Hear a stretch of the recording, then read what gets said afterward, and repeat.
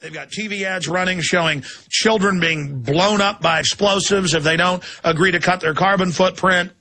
They're calling for eco-fascism and calling it fascism and saying green fascism is good, not about the environment. None of us who have children want about environment. It's about power grabs and collectivism. And Lord Monckton, to give us a rundown for the next 50 minutes, graciously just got to his hotel out of a storm there with the police escorting him. It sounded like a tornado or a tempest was going on around him. He's now gotten to cover. And we're going to talk to him via cell phone from Cancun, Mexico, with so much happening as a global freeze hits much of the planet. Good to have you, sir. Well, it's very good to be with you, Alex. I'm now actually in the security center at the Cancun Conference Center. I finally managed to get in, and there was quite a wind blowing outside. It's just about to rain. Temperature is colder than it's been since we've been here. In fact, now for 5 days, they have had colder temperatures here in Cancun than have ever been recorded at this time of year since records began. So this is very exceptional. You've heard about my lovely wife, Lady Monckton. She is snowed up at home. The Central England temperature record showing the coldest first week of December since 1659. And you're quite right, Alex, to put in that cautionary note about how this doesn't mean there's no such thing as global warming or we can't be having an effect on the planet.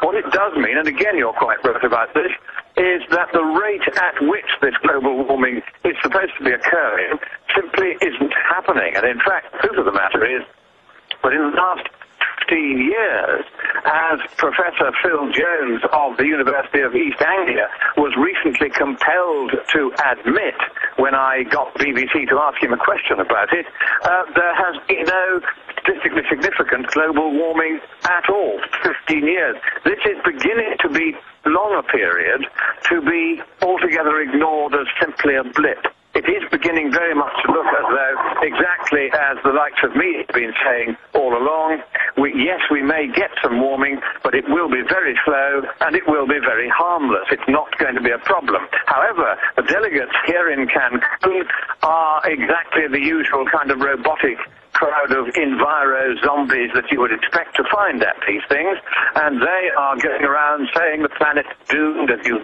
rightly pointed out. Ted Turner is beginning to say what we've got to have is a global one-child policy, and that dreadful movie made in the UK by one of these taxpayer-funded pressure groups showing children being blown up and their blood spattered over their classmates because they had not been willing to agree with their teacher that global warming was the worstest problem ever.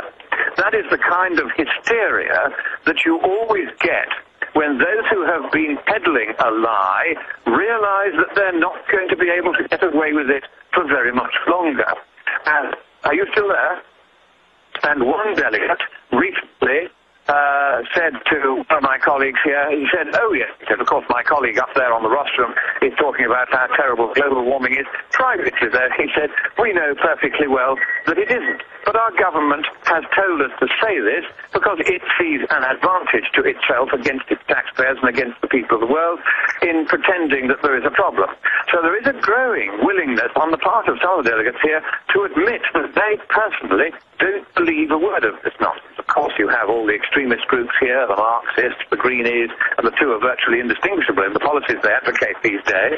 They are all here in profusion. Every sort of weird organization. There are gender-sensitive women against climate change. There are people dressed up as polar bears.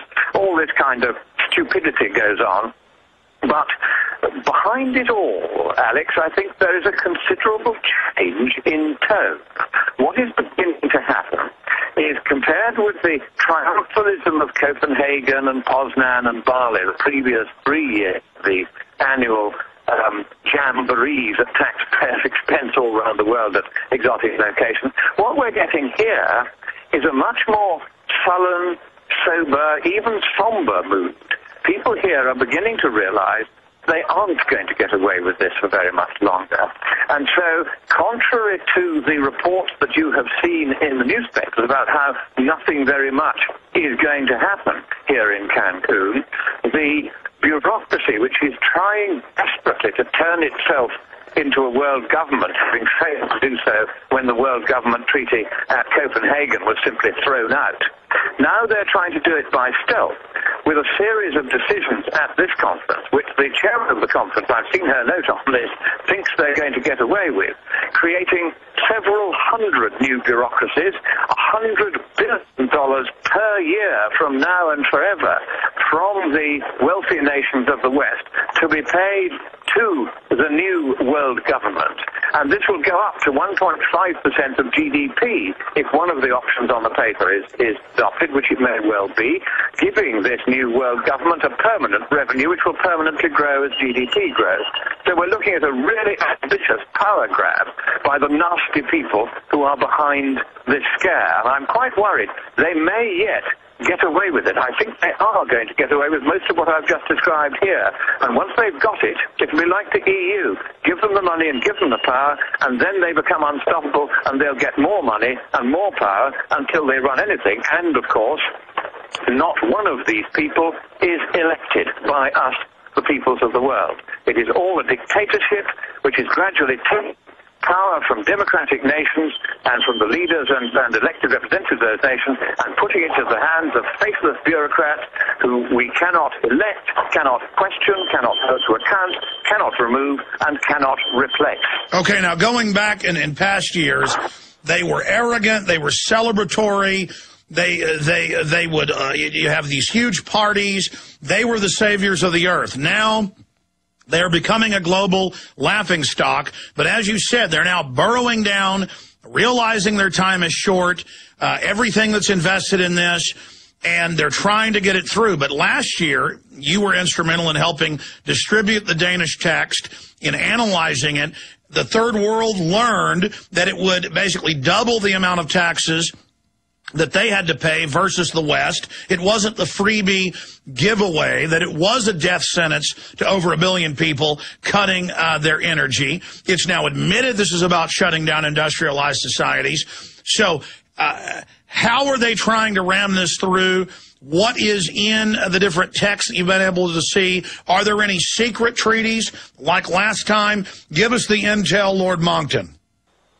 What they've done this time is they've done what one of the senior officials here, who also doesn't believe a word of this, as I say, there's a growing kind of rift in the loop now. You can see more and more people getting ready to jump ship as they see it going glug, glug, glug down beneath the waves. But one of them said, he said, what they're going for is an approach called transparent impenetrability. And what this means is that everything I've just described to you, this extra money and the extra bureaucracies, they're all listed, they're all specified in the documents which are openly available and which nobody, including the delegates, actually reads. The note by the chair on the expected outcome of this conference, which is what I'm basing things on, because that's likely to be right. They've had several preliminary conferences, first in Bonn, then in Tianjin in China last month, to prepare for this one. So they pretty well all knew where they were going when they got here. So the chairman's note is a pretty good guide to what is actually going to happen. But get this, it's 33 pages long. It's written in the most obscurantist, obfuscatory, obnubilating style, which is enough to send anybody to sleep. And unless you know what the code words mean, you've never realized just how much of an expansion of centralized, undemocratic power this whole exercise is. For instance, let me give you an example. You wanted me to quote from these documents. They use a phrase called improving capacity building in the least developed and less well-developed countries. And you think, that sounds wonderful. So you go and you talk to a few of the UN officials who draw up this garbage, and you say, what does capacity building mean? And it's nothing to do with industrial capacity or economic capacity or the capacity to live a civilized life or educational capacity or health capacity. No, it's bureaucratic capacity. What capacity building means in these documents is that there are going to be vast bureaucracies established in these less developed countries which will come directly under the control of our new masters, the Secretariat of the United Nations Framework Convention on Climate Change. That's what capacity building means. It occurs all the way through the treaties. It sounds wonderful when you read it. You think, oh, wow, I'm really doing some good for the third world here. All we're doing is putting in bureaucracies to govern them. Yeah, to rule them under the new neo-feudalism, the environmental iron fist. Stay with us, Lord Monckton. Back after this quick break. Ted Turner, third biggest landowner in the world, behind the Queen of England and Dutch royalty. He owns 2 million acres in the U.S. He has 5 children. He has more than 20 aircraft, more than a dozen homes. He flies in on his private jet and then lectures us we shouldn't take a hot shower, we shouldn't have more than one child, we shouldn't take a hot bath. People all over England, old people being cut off their gas allowance or having to ride around in buses to stay warm, The Guardian reports. But there's plenty of gas and power for all the rich people in the U.S. and England that stand to make money off the carbon tax. Lord Monckton, I heard that you've been trying to track down Mr. Eugenics, Mr. Green Himmler, hair Ted Turner. Yes, absolutely. The Graf von und zu Turner, he was attending a business conference at the Ritz-Carlton Hotel a couple of days ago here on the sandy strip at Cancun, and I gate-crashed the conference and went around it for a bit until eventually the organizers came along and chased me out.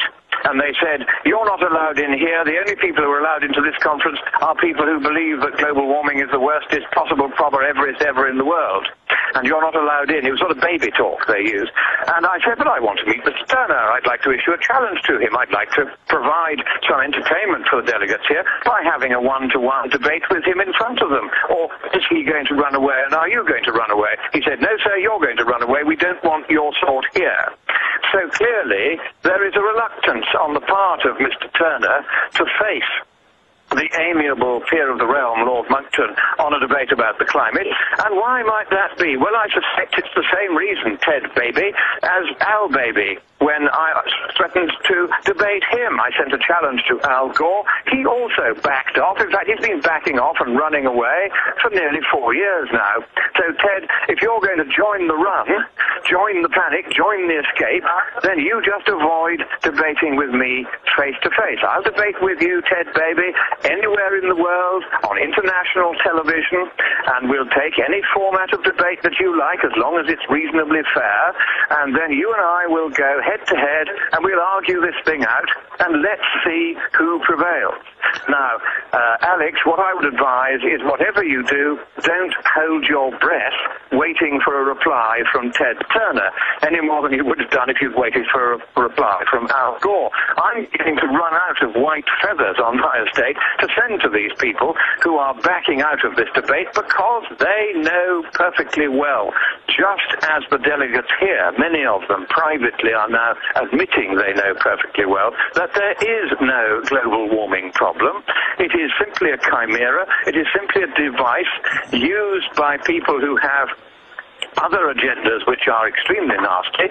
Here we are effectively trying to reinstall global fascism, having just got rid of it in Europe. Now here we are reinstalling global fascism in the name of saving the planet. And as you and I know, Alex, the planet was triumphantly saved 2,000 years ago, and it doesn't need to be saved again. Expanding on that, James Cameron issued challenges to leading global warming skeptics, and then when leading one step forward, he chickened out. They will not debate it, and they know deep down it's an excuse to have a managed takeover economy. A lot of them are on record admitting that. What percentage of the higher-ups know it's a complete fraud? I mean, we know from their internal emails they know it's a fraud, and that they've got to hide the truth. But, I mean, what percentage of them know it's a fraud, and then you've got the people in polar bear outfits running around. I mean, I see more and more of the camp followers realizing they were on some type of Jim Jones cult compound. That's a very good description of this place. I must say it is a very curious religion. Let's start with your point about whether the higher-ups know what's really going on, that they know that there isn't a problem. Let me give you an example. At last year's Copenhagen conference, one of my colleagues here, Wolfgang Müller, from the German division of the Committee for a Constructive Tomorrow, which I represent here at this conference,